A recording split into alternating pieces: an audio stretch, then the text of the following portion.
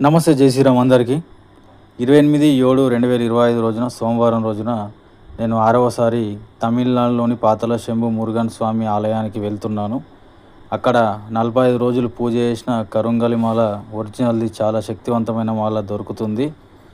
మీలో ఎవరికైనా కరుంగలి మాల ఒరిజినల్ది కావాలనుకుంటే కింద కనబడే నంబర్కి వెంటనే ఫోన్ చేసి ఆర్డర్ చేసుకోగలరు.